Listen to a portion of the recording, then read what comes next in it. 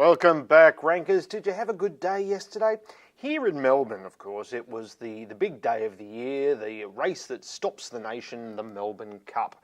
And someone asked me on Tuesday, do you have any tips? Well, if I had seen that message, I would have said, well, go to Google Trends, because the winner of the Melbourne Cup, Fiorente, and this is I think Athos was the third place runner. You look at this red line here. Look at all this extra interest. Oh, sorry, the blue line is Fiorente. Look at all this extra interest in the horse over the last few days. And that's using Google Trends. That's searches Fiorente Mount Athos, and it's looking at Australian searches only. So there you go. Google Trends could have predicted the Melbourne Cup winner.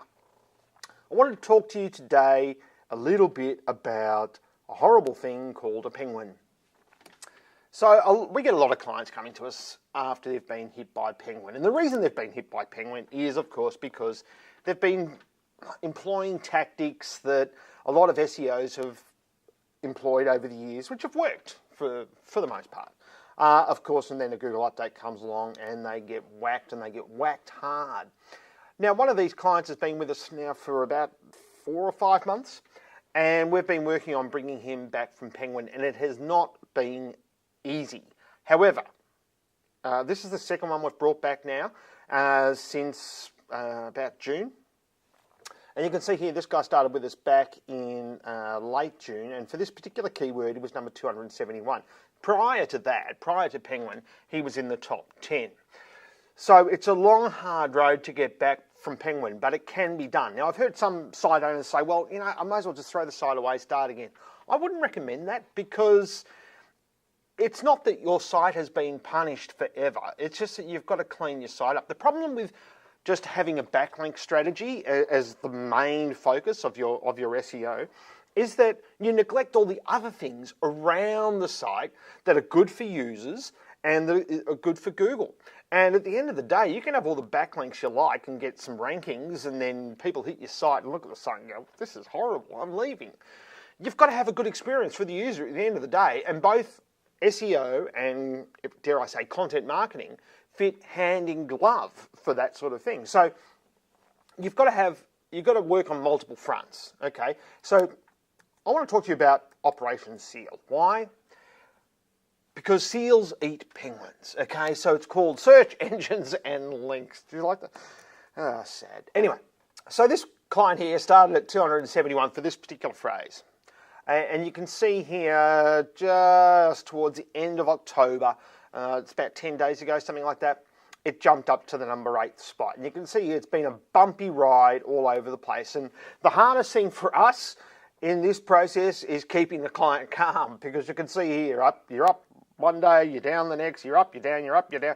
And these are all just symptomatic of, how Google sees the site and how Google sees the backlinks. Now, there's a process you have to go through. The first thing you've got to do is you've got to work out, what links do I need to get rid of? Try to get rid of as many as you can.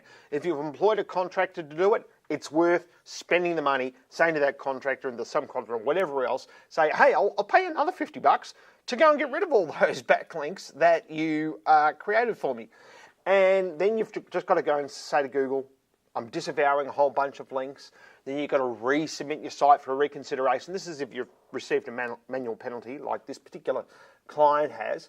And you can see here on a couple of occasions, you can see here in September, no, your links to your site still violate Google's quality guidelines. So, we did some more disavowing. And at the same time, we're working on the site to make sure that it's got good authority with the content that it has. And that means basically that we've got a good link structure within the site so users can find the content that's important to them and our client, and the Googlebot can as well.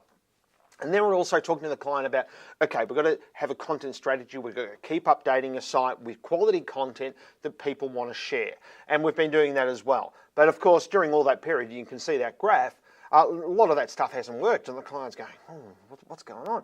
But you've got to keep following those rules, because it's one thing to get, say, a manual penalty revoked, like this client did back at the end of September, and that's one thing, but you've still got to have a quality site. You've still got to be doing some great stuff. So if we're going to have a look at this site, we can see that under HTML improvements, there's no problems whatsoever. So there's no problem of duplicate content, of duplicate page titles, or any of those sorts of things.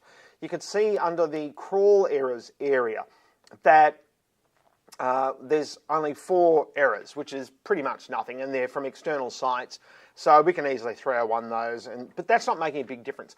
Crawl errors, especially 404s, make a big difference when Google finds them inside your site rather than from someone else linking to you. So if you've got broken links inside your site, that's more of an issue if someone's just linking to you with a dumb link. So the reason that's an issue is because Google doesn't want to send its users to a site that's full of broken links.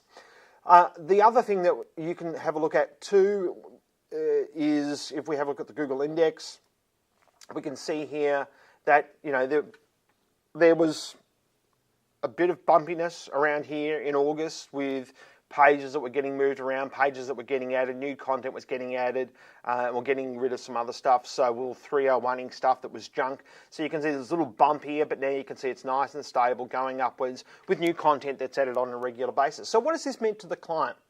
Well, as far as traffic goes, it's a good news story.